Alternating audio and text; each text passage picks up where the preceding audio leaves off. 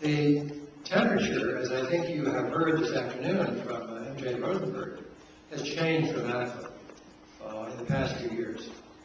For the first time, there is significant opinion within the Jewish community in the United States that supports the idea of what we call a two-state solution, which means an independent, viable, contiguous Palestinian state living in peace and security next to Israel. I think it was pretty clear this afternoon from the presentation that one of the strong reasons that Jewish groups in the United States very much want to have the two-state solution is because they are supporters of a democratic Jewish state of Israel. The problem from their point of view is that there must be a Palestinian state if there is to be a democratic Jewish state. By Jewish, I don't mean religious, I mean a state made up of a majority of Jewish people. The demographics of this issue are pretty clear. If you include the West Bank and Gaza with what is today Israel, there is almost, at this moment, a majority of Palestinians, of non-Jewish people.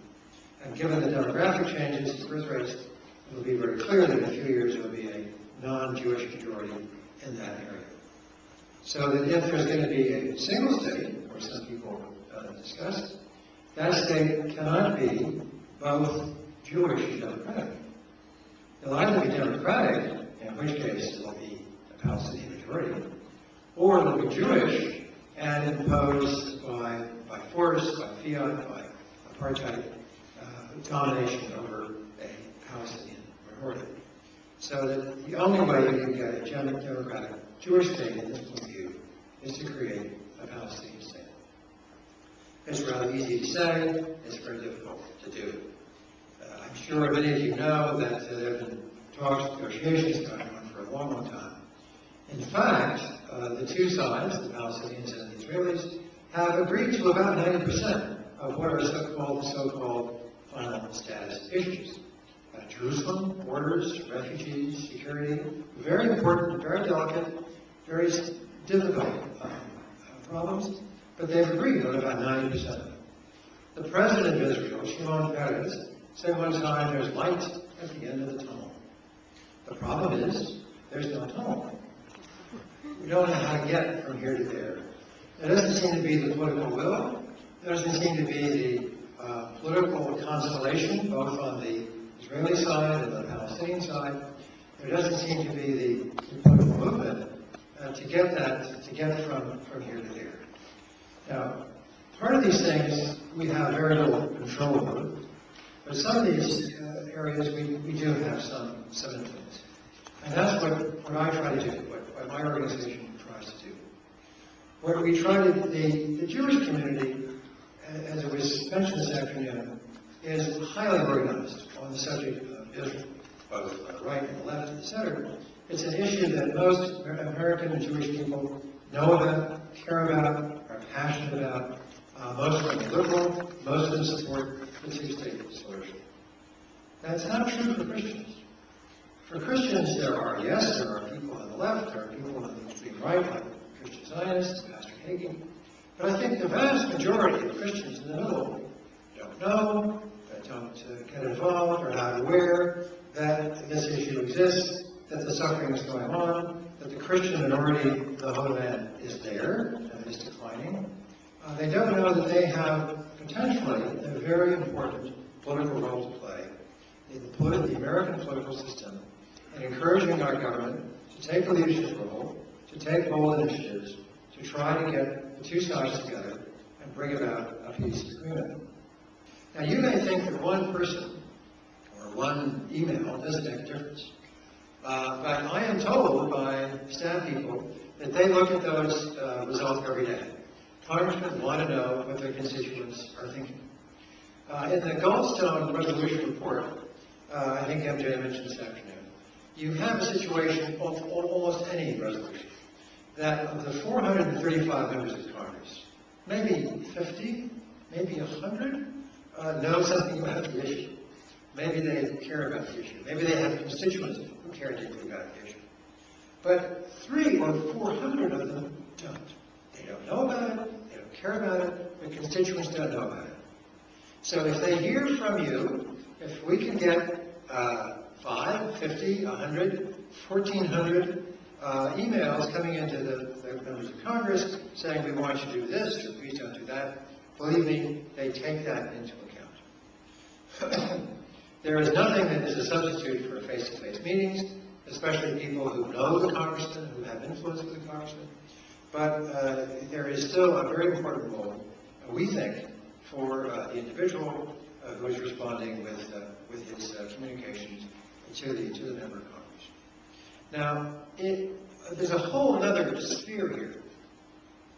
Someone was saying to me just tonight that when you're in touch with the Peace and Justice Committee and mainstream Protestant churches, you're talking to the choir.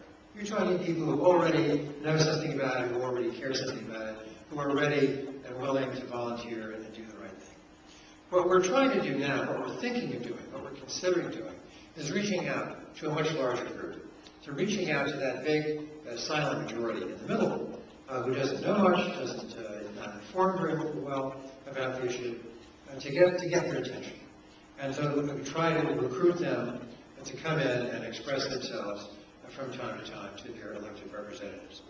We're not quite sure how to proceed, but our coalition is having some meetings this coming week. We'll be having more in the future, trying to put together a national campaign for peace between Israel and Palestine, to use the media, to use radio, television, print, email, all kinds of things, to bring this to the attention. We're having a meeting Monday of our leadership council, and I've invited a guy from New York to come and brief us. He's an amazing person. He's an attorney of Lebanese origin, a Christian, who's one of these people who's just full of energy and imagination. And he got Mustafa Barghouti on the Jon Stewart show, on the Daily Show a couple of weeks ago. Now that has impact. Millions of people will see that. And if we can do more of that kind of thing, of getting placements and getting this issue highly visible, I think the better off we'll be. But there are great times. I think there are times when people get discouraged. There are times when you think, my goodness, this issue isn't going to go anyplace. We're Sisyphus, we're pushing the rock up the hilltop, and then it falls down before it gets to the top. And it looks like we just went through another hiccup like that this fall. We thought last summer there was going to be a deal of some kind on settlements between Israel and the Palestinians, and that would lead to comprehensive talks, and it didn't. Does that mean nothing's going to happen? No, I don't think it means nothing's going to happen. It means we have to sort of regroup. And there are a number of things that the President can do. I think probably there are things that only the President can do to move this off of dead center, to get things moving again. One of the very difficult, complicating factors is the Goldstone. Goldstone report is an excellent report. It's very carefully researched and done. It looks at what happened before, during, and after Operation Cast Lead in Gaza in late December, early January of a year ago. And it came to the very careful conclusion that there was good evidence of war crimes. Now, a war crime is a very serious allegation. It's a moral allegation, among other things. It's not because a lot of civilians died. Unfortunately, non-combatants die in warfare. A war crime is defined in different ways. It basically means targeting civilians, deliberately targeting civilians and civilian installations. And there were a number of incidents that were documented in the report of what looked very much like deliberate targeting of civilian groups and civil infrastructure and things of that nature. What lies behind this is a doctrine. Actually, there are two doctrines, which Goldstone's report highlighted. These kind of things almost never get discussed or debated in something like the congressional forum. One doctrine is asymmetrical force. That is, when there's a problem of a certain amount of force being used against you, you don't respond in a proportional way. You you respond in a disproportionate way, deliberately. You go in much bigger, much harder to do much more. I was in Lebanon last December. There is still evidence of what happened during the 2006 incursion to Lebanon. The bridges were systematically bombed, power stations generating electricity were taken out, the civilian infrastructure again was very, very badly degraded. The idea seemed to be not simply to counter force with force, but to go after the civil infrastructure to make it very, very painful for everyone concerned, not just combatants. That's one kind of issue that he raised. Another kind of issue that he raised is the idea that anything goes when you're talking about terrorism.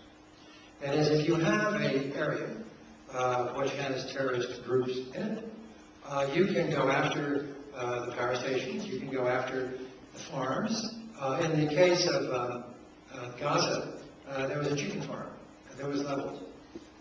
20,000 chicks were killed. There was a sanitation holding tank. I can't even hardly think of it. And this was bombed, so that the raw sewage from the sanitation holding tank spilled out onto agricultural fields. Now, this is not an attack against a military installation. These are attacks against the civil structure. And that reflects a doctrine that terrorism has an infrastructure, so that you can bomb police stations, you can bomb hospitals, you can bomb almost any kind of city halls, that kind of thing, because they all constitute elements of terrorist infrastructure. Well, goodness, how do you define terrorist infrastructure? Judge Goldstone, to his great credit, raised these issues. Are these important issues? Should we be looking at them? Should the various governments involved be looking at them? Should the international community be looking at them? As it is now, the U.S. Congress, and I guess the U.S. administration, has said, no, we're not going to even look at it right now. I think that represents a very unhappy situation. We have taken a position, as in fact, to his credit, the U.S. government has taken a position, that there should be credible, independent investigations of these allegations of war crimes. But they cannot be ignored altogether. The other aspect of the Goldstone report, which is playing into the political situation, is the possibility of sanctions against Israeli leaders. Because if someone is accused of war crimes, if there's some judgment made that a war crime has existed, the persons in charge, that can be the Minister of Defense, it can be the Prime Minister, it can be the Chief of Staff, it can be higher level people in the military service, it can be held accountable. And that means, de facto, that there's a lot of difficulty in travel. Because you can, if this kind of a judgment is rendered, subpoenas can be issued so that if somebody shows up at an airport that recognizes the jurisdiction of this subpoena, they can be arrested. There was an important incident last summer in which an Israeli general flew to London, and he was told not to get off the airplane because there was a subpoena for his arrest. So those are the kind of issues we're dealing with all the time. We very much hope that you will join with us. I very much hope that if you're not a member of our email list, that you will sign up. I very much hope that you also will take the material that we will send you on a current basis and send it out to all of the people you know to help us with our political work here in Washington. Thank you.